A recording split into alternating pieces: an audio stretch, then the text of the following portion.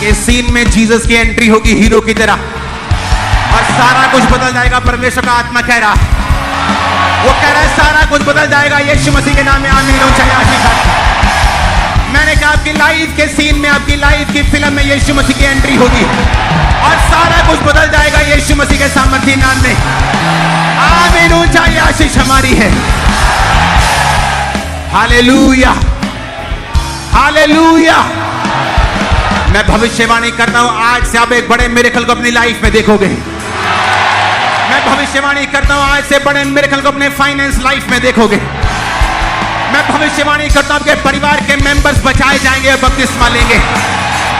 मैं भविष्यवाणी करता हूं, आपके बीमार शरीर चंगे हो जाएंगे यीशु मसीह के सामर्थ्य नाम में। आमीन। ऊंचा ये ब्लेसिंग आपके परिवार की होगी, ये ब्लेसिंग आपके फाइनेंस की होगी। Hallelujah, hallelujah. अब हम खोलेंगे यहोशू 8 उसकी 1 से 7, प्रकाशित वाक्य 19 उसकी 11 से 13, प्रकाशित वाक्य 12 उसकी 7 से 11 और इफिसियों 6 उसकी 12 आयत को। क्या था थर्सडे का वचन? जो भी करना है, क्या करना है? रेगुलर, लगातार, कंसिस्टेंसी। सब लोग प्रार्थना करते हैं, जब बड़ी गवाहियां देते 2 दिन बड़ी जोश में, फिर तीसरे दिन जोश कम होता है, चौथे दिन और कम, फिर 5वें दिन फिर बिजी, फिर बर्तन मांज लिए, बच्चों को हिला लिया, पिला दिया, खिला दिया, धुला दिया, बस काम खत्म। और परमेश्वर ने क्या कहा? सीक्रेट क्या है आशीष लेने का? कंसिस्टेंसी, लगातार। अगर रोज प्रार्थना शुरू की है 2.5 घंटे तो रोज करनी, एवरी डे। मुझे आज भी याद है 2004 में जब एक संगति को मैं करता था, छोटे से थोड़ी सी संगति होती थी, 20-25 लोग होते थे, लेकिन हमारा एक रूल था कि शाम को 7 बजे एक बंदा ढोलकी पकड़ लेता था, एक बंदा छैना पकड़ लेता था, 2-3 बंदे 4 बंदे बैठ जाते थे और हमने 2 घंटे प्रार्थना करनी ही करनी है 7 से 9। और कितनों का दिल कर रहा होता था? एक का भी नहीं। और बातें कर लें, कुछ और बात कर लें, कहीं चले जाएं, सुसमाचार सुनाने चले, ऐसा लगता था उस समय। प्रार्थना ना हो जाए, कहीं प्रार्थना ना हो जाए, शैतान को यही प्रॉब्लम होती थी। लेकिन वो रेगुलर समय था, दिल करे ना करे 7 से 9 हमें प्रेयर करनी है। उसके बाद हम बाकी काम करते थे, सेवकाई का कोई काम कर लिया, कोई और काम कर लिया, कोई विजिट कर ली रात को 9 बजे के बाद। उसके बाद 11 बजे 12 बजे के बाद अपनी पर्सनल प्रेयर, सुबह उठे फिर प्रेयर। ये हमारी लाइफ थी। जो भी करना है उसे कैसे करना है? लगातार। अगर रोजे रखने हैं हफ्ते में 2 तो वो नियम बना लेना है। रोज 2.5 घंटे प्रार्थना करनी है, आपको मालूम है शैतान आपको रुकावटें डालेगा, नियम बना लेना है। बाइबल पढ़नी है रोज 1 घंटा, आधा घंटा, पौना घंटा, नियम बनाना है कि मुझे ये बाइबल पढ़नी ही पढ़नी है।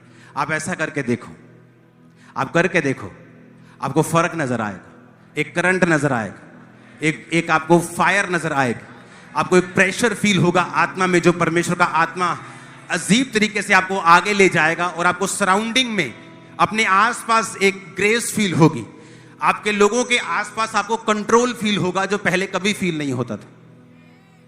कुछ चीजें आप कंट्रोल नहीं कर सकते, लेकिन परमेश्वर की ग्रेस उसने कंट्रोल कर सकती है जब आप रोज प्रार्थना में बैठ जाएंगे। आमीन। ऊंची आवाज में बोलो।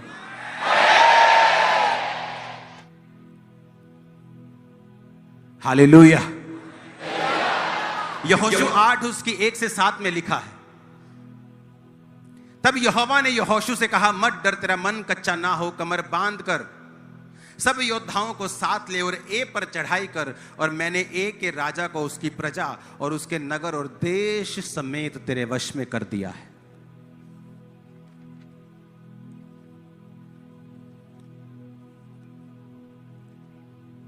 परमेश्वर ने क्या कहा? चढ़ाई कर, मैंने उसे तेरे वश में। अगर वश में कर दिया है तो चढ़ाई करने की जरूरत क्या है? अगर परमेश्वर कहता है कि फलाने पुराने नियम में लड़ाइयां होती थी, अगर परमेश्वर कहता है कि मैंने उस देश को तुम्हारे वश में कर दिया है, तो परमेश्वर ऐसा करना, उनको बेहोश कर दे रात को। मैं जाऊं, ये बेहोश हुए लोग हैं, इनको मारूं और ठीक। ऐसा हुआ? परमेश्वर ने कहा मैंने आत्मा में तेरे वश में उन्हें, पर अब तुम्हें क्या करना है? तुम्हें जाना है और लड़ना है, जीत तुम्हारी होगी। बैठे बैठे कुछ नहीं होगा, तुम्हें जाना होगा और जीत तुम्हारी होगी। मैंने उन्हें तुम्हारे वश में कर दिया है।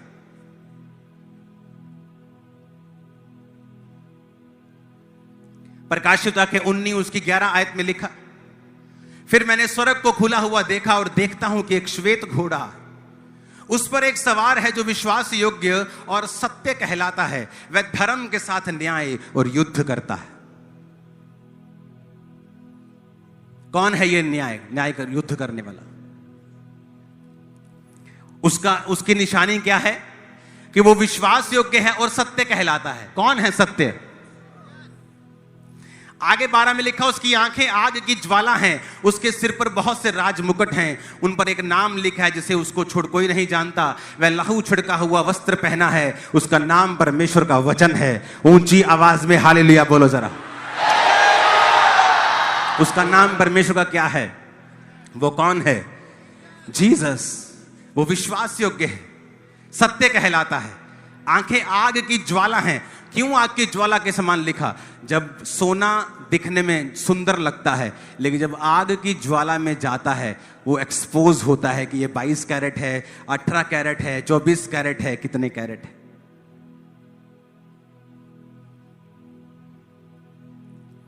तो यीशु मसीह को जब लिखा जाता है ये उसकी आंखें आग की ज्वाला के समान हैं, यानी वो परखता है, वो जांचता है। आग में सब कुछ साफ हो जाता है, भूसी जल जाती है, खरा सोना प्रकट हो जाता है। उसके सामने कोई उसको धोखा नहीं दे सकता।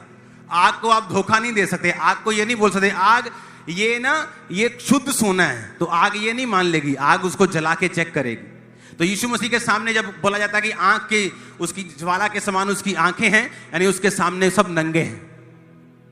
उसने लिखा है वो धर्म के साथ न्याय और युद्ध करता है। क्यों युद्ध करता है? वो युद्ध करना परमेश्वर एक विश्वासी को सिखाता है।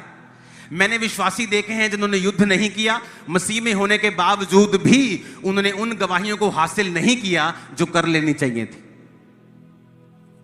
क्यों युद्ध नहीं किया?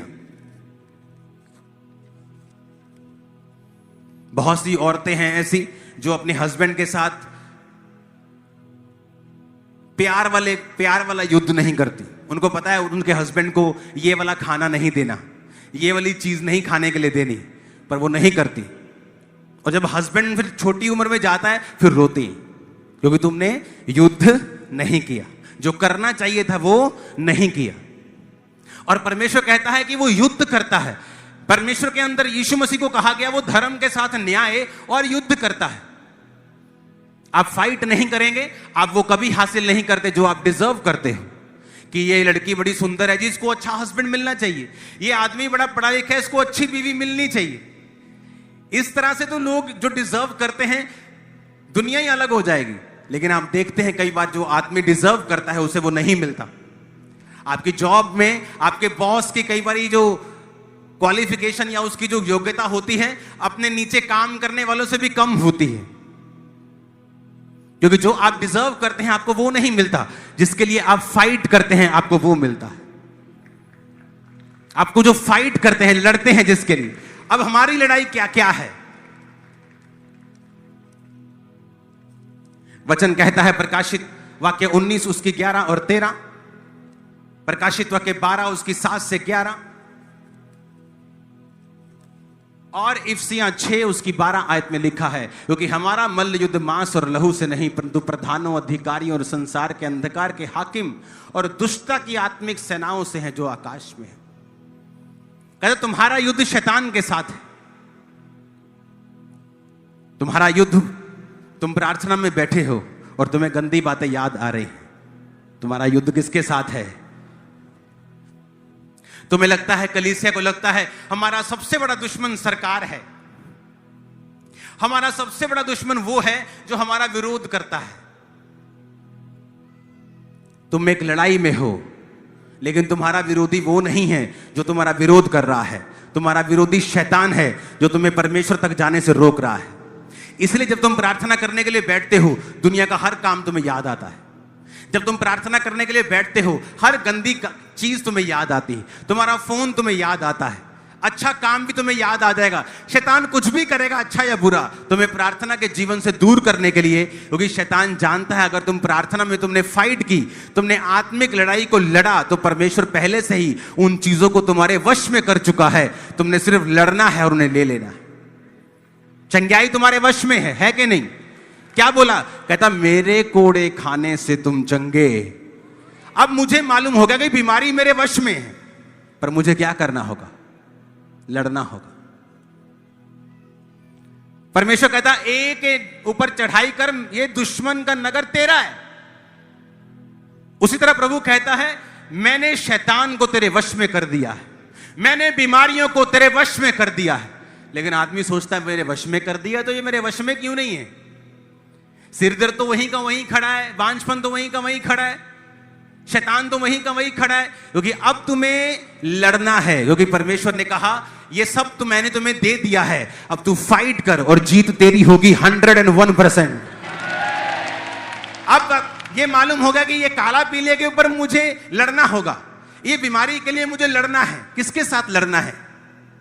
इसलिए मैं कहता हूं आप फाइट में, आप वॉर में हैं, आप वॉर में हैं, युद्ध में हैं। आपको मालूम नहीं, आप एक युद्ध में हैं जहां शैतान आपका दुश्मन है और वो हर चीज की कोशिश करता है कि आपको उस युद्ध में हरा दिया जाए।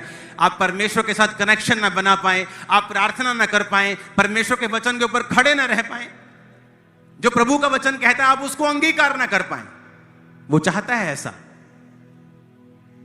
परमेश्वर ने क्या कहा? फिर से पढ़ेंगे। यहोवा ने यहोशू से कहा मत डर, तेरा मन कच्चा ना हो, कमर बांध कर सब योद्धाओं को साथ ले और ए पर चढ़ाई कर। सुन, मैंने ए के राजा को उसकी प्रजा नगरों समेत तेरे वश में कर दिया।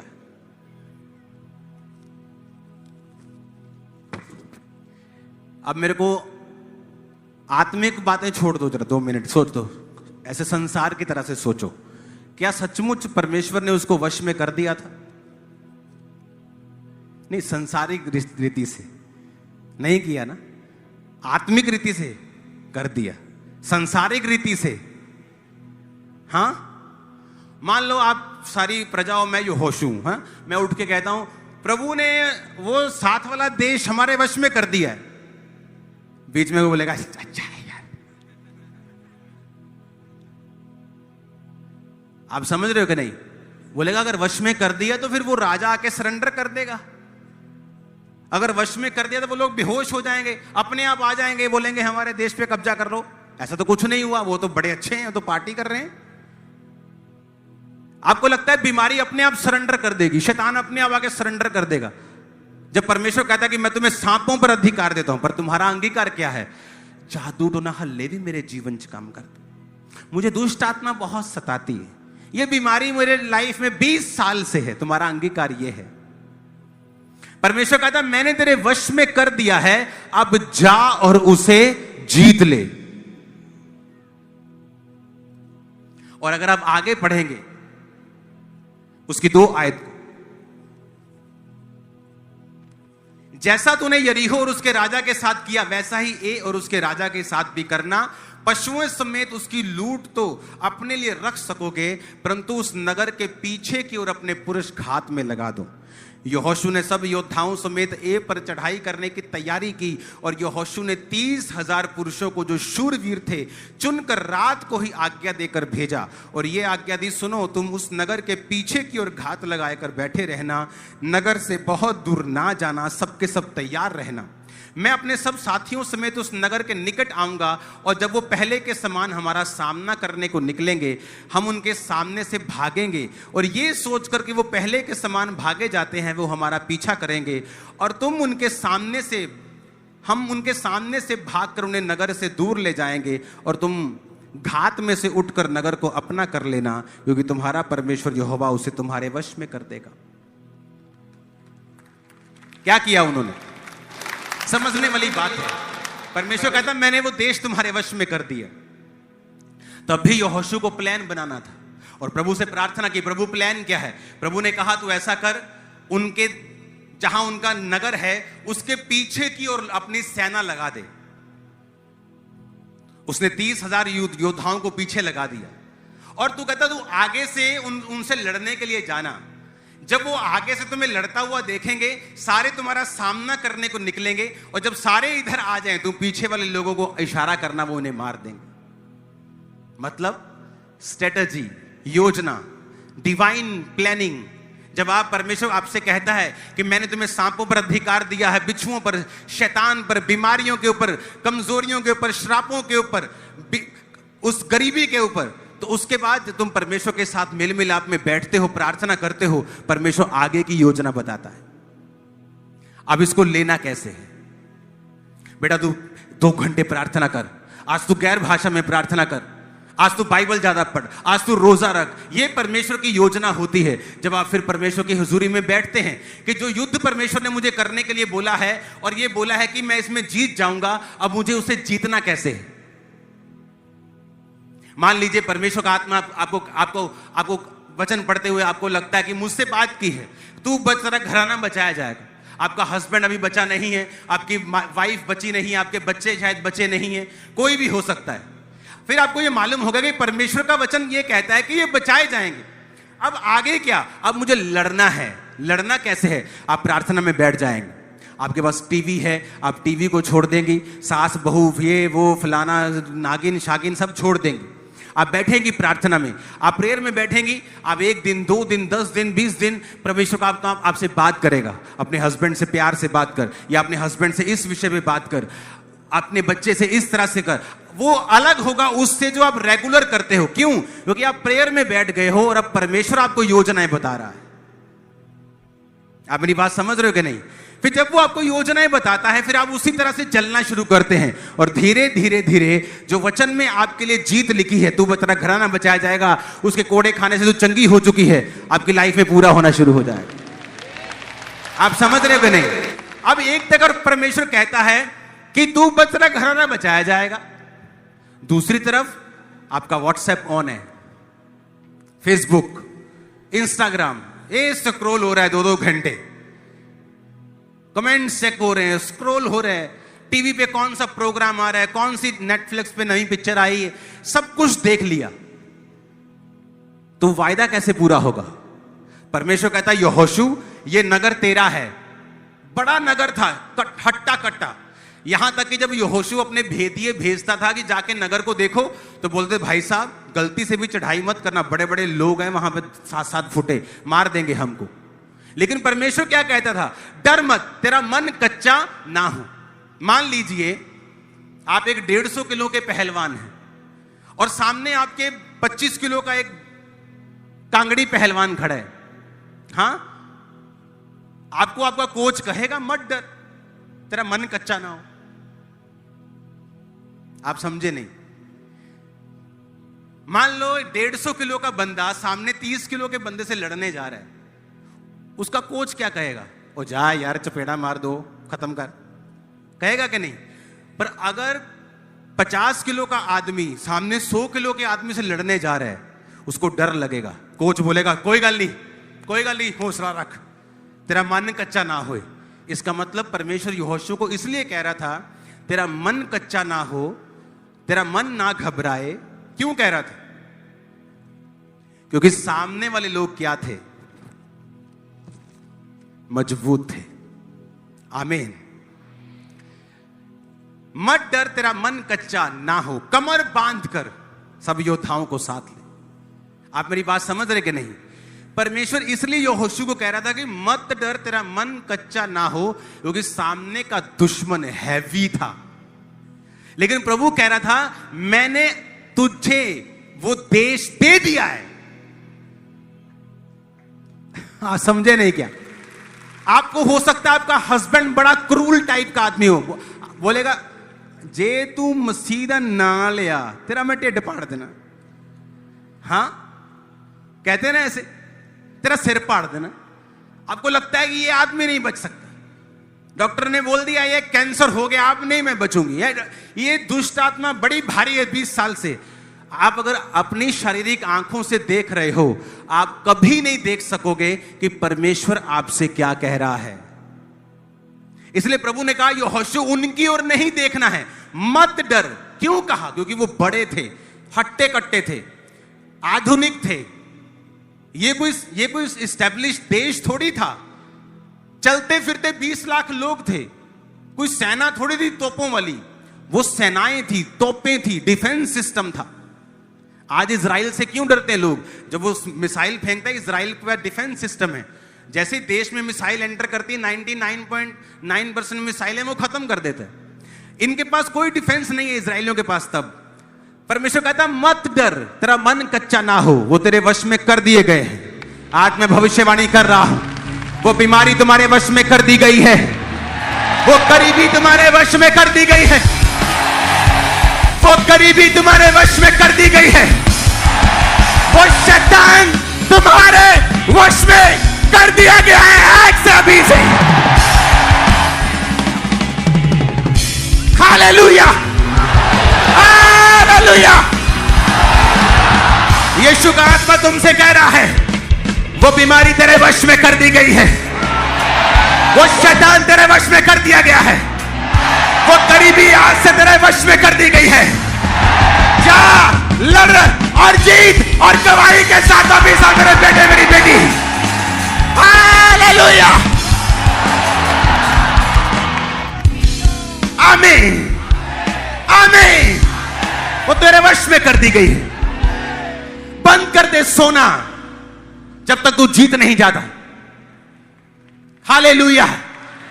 परमेश्वर कहता है कब तक सोएगा, हाथ पर हाथ धर के बैठेगा। एक और नींद, एक और झपकी, तेरा कंगालपन घटी के समान, लुटेरे के समान। जब लुटेरे आ जाते फिर कोई वश नहीं चलता। कहता कब तक तू हाथ पर हाथ धरे बैठा रहेगा? कब तक कलीसिया नहीं समझेगी कि मैं उन्हें अधिकार और जीत दे चुका हूं? अब करना क्या बाकी है?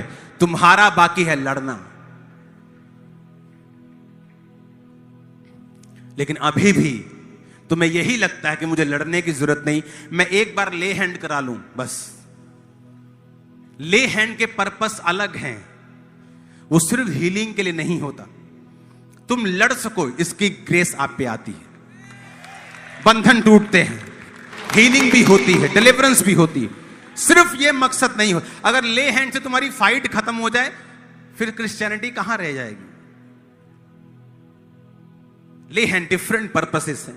किसी को हील करने के लिए, किसी को ग्रेस देने के लिए, किसी को बढ़ाने के लिए, किसी के मन से परमेश्वर बोझ को दूर करे ताकि वो फाइट कर सके, उसको अनुग्रह मिल सके। ले हैंड बहुत से काम करता है। फिर तुम कंप्लेंट करते हो तो ये दुष्ट आत्मा परमेश्वर तुम्हारे वश में कर दिया, ये बीमारी तुम्हारे वश में करती गई। क्या करना है? अब उसकी हुजूरी में बैठो और फाइट करो। और कैसे करनी है फाइट? बोलो लगातार। और यही की है जो मैंने आपको थर्सडे दी, लगातार, लगातार। उसेन बोल्ट 115 सेकंड भागा अपनी लाइफ में। कितने मेडल लाने के लिए? एक मेडल नहीं, उसके पास काफी मेडल, 10, 12, 15 पता नहीं कितने gold, Olympic gold medal.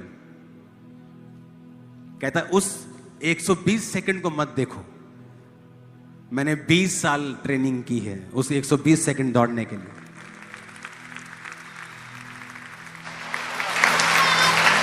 Training कहां है स्पिरिट की? लास्ट टाइम कब हमने परमेश्वर पे विश्वास किया? अभी भी लोग बैठे हैं, बपतिस्मा ले लिया? नहीं जी। क्यों? फिर रिश्ते कितने कर हमने। जो परमेश्वर कैंसर से हील कर रहा है, काला पीलिया से हील कर रहा है, आपको लगता नहीं रिश्ता नहीं उनको होना? बाकी सारा प्रभु ने रिश्ता नहीं होना। सोचो हमारा विश्वास कितना कम है, हमने कितना ब्लॉक कर दिया परमेश्वर की आत्मा को। आप बोलो भाई साहब रिश्ता 40 में भी हो जाए तो कराना मसीह में है। देखो फिर टाइम पे होता है। बपतिस्मा नहीं लिया, क्यों? लोग विरोध ना करें। ना धोबी का घुत्ता, ना घर का, ना घाट का, ना आगे ना पीछे, ना परमेश्वर के, ना शैतान। क्या खिचड़ी बना रखी? परमेश्वर कहता तू कोसा है, कोसा। मैं तुझे अपने मुंह से उगलने पर हूं। कहता या तो ठंडा हो जा या गर्म हो जा। आपको मालूम भी नहीं होगा, आप सारी उम्र लटकते रह जाओगे। आपके रिश्तेदार नहीं बचेंगे, प्रभु का आत्मा बड़े काम आपकी लाइफ में नहीं करेगा जब तक आप खुल के परमेश्वर में नहीं आओगे। अब आपको बपतिस्मा देना, आपके माथे पे मैंने कौन सा परमानेंट क्रॉस लगा देना है कि ये क्रिश्चियन है? बपतिस्मा लिया, आपकी आत्मा को मालूम है। हालेलुया। यही विश्वास है, यही दिखाता है कि हम फाइट में हैं और हम सीरियस हैं। उठाओ अपने हाथों को, प्रभु से कहो, आज से मैं लड़ूंगा, क्योंकि ये सब चीजें तूने मेरे वश में कर दी है। मैं इन्हें पहचान चुका हूं परमेश्वर, और आज से मैं फाइट करता हुआ इन्हें ले लूंगा। अपने हाथों को उठाकर मांगो, थैंक यू जीसस बोलकर। परमेश्वर के वचनों को सुनने के लिए हमारे चैनल को सब्सक्राइब कीजिए और हमारी लेटेस्ट वीडियो सबसे पहले देखने के लिए बेल आइकन को प्रेस कीजिए।